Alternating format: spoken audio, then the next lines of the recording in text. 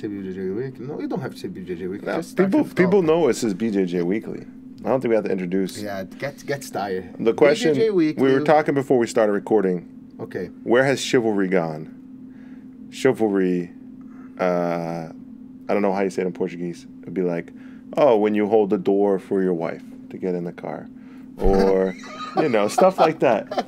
Where has chivalry gone, sir? Chivalry? Sir. Wait, I never heard this word here. You wait. What you're telling me is they don't have chivalry in... No, we have a chivalry Brazil. in Brazil. Listen, we have a chivalry in Brazil. I never heard this word in America, in English, in the United States. I've been here 13 years, so nobody never told me this word. Chivalry. See how 13 years I never heard this word. I heard many other ones. So you haven't held the door for your wife for 13 years? Annie, I'm sorry. Oh, she can't see this one. Oh my God. Oh man.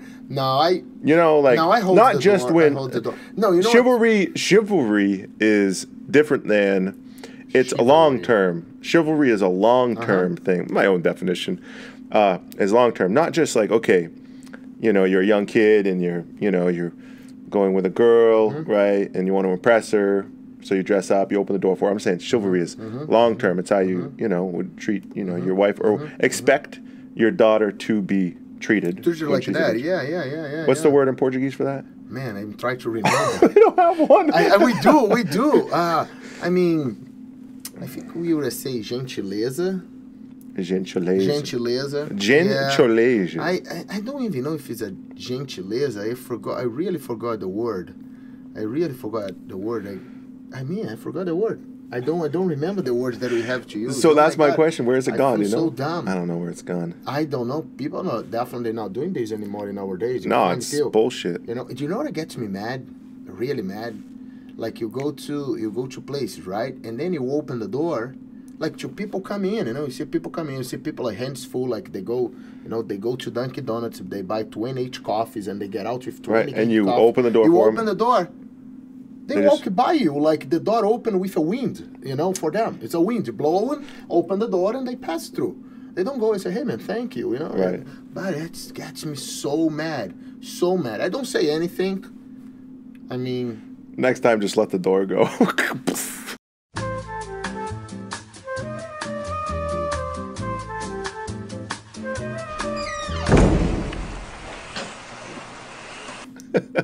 Oh, you've done that? How many times? No.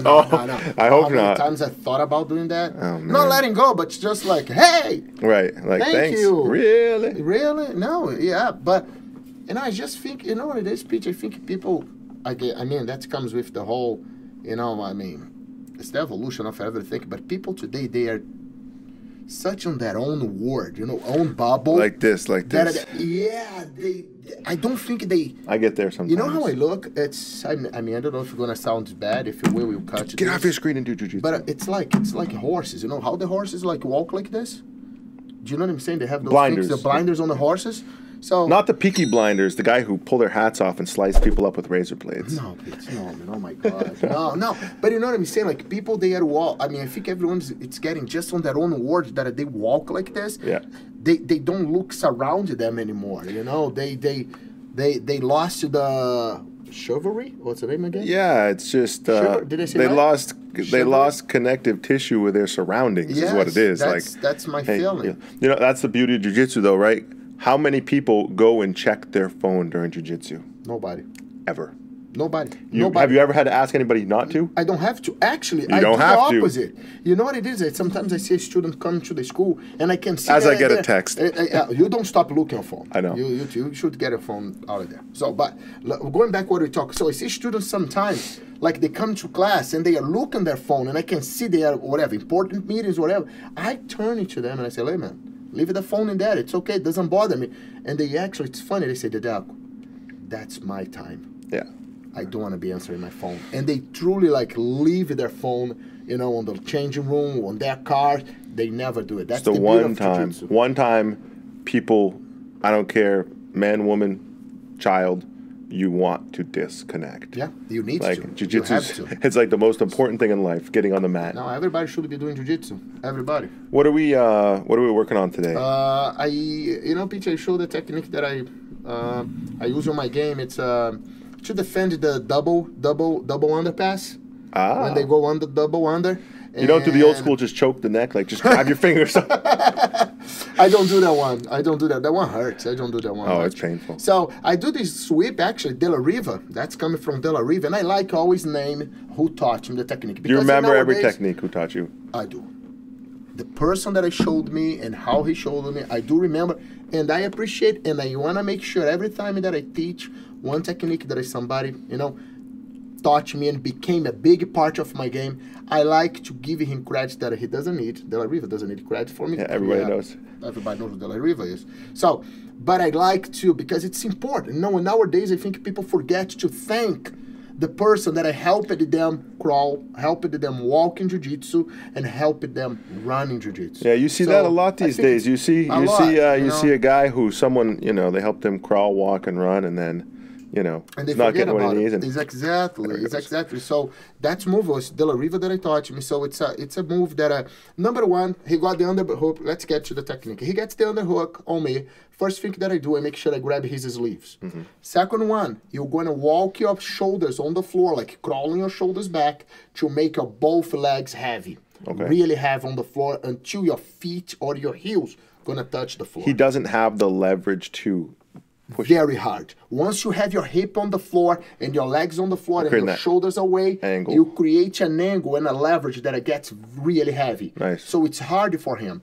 After that, what I do is I sneak my hook in and I get my hook inside to prepare for the sweep. Now you're a big guy. You can still get your hook inside. I mean, you're only 20 pounds heavier than I am.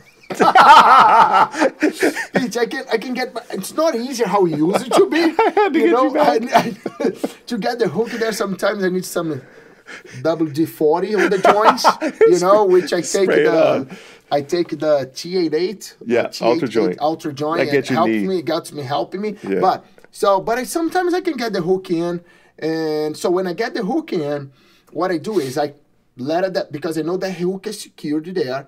Usually your opponent, when you get the hook, he holds a little harder on your belt or on his grips. Yeah. So what I do, I let the hand go and I go after his collar. Why?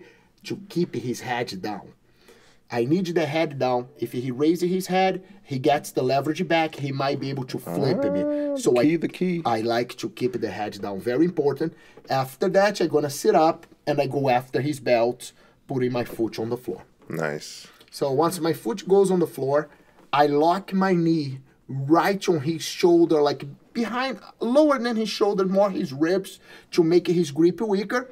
And I just sweep him using my body weight, my hip, pretty much like a hip pump. You can see the detail here. So there we go the collar, there we go the belt.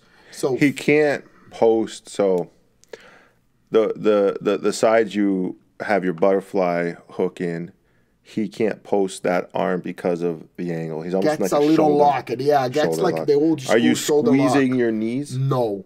I just keep tight. I don't squeeze because I don't want him take that hand out of there. You don't want I want him keep the hand there. So I make enough that I can control him, and also like I don't want to make him too uncomfortable. Right.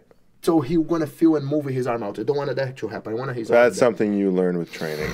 You learn with training. Yeah. Just tight enough, but not too tight. Make him feel good. Yeah. Little sweet, not too sweet. 10 years, you can do that too. You get what I'm saying? Absolutely. So the hand goes on the floor, then you use your hip, then you do the windshield wiper, and put your knee on his belly if you want to finish it that way.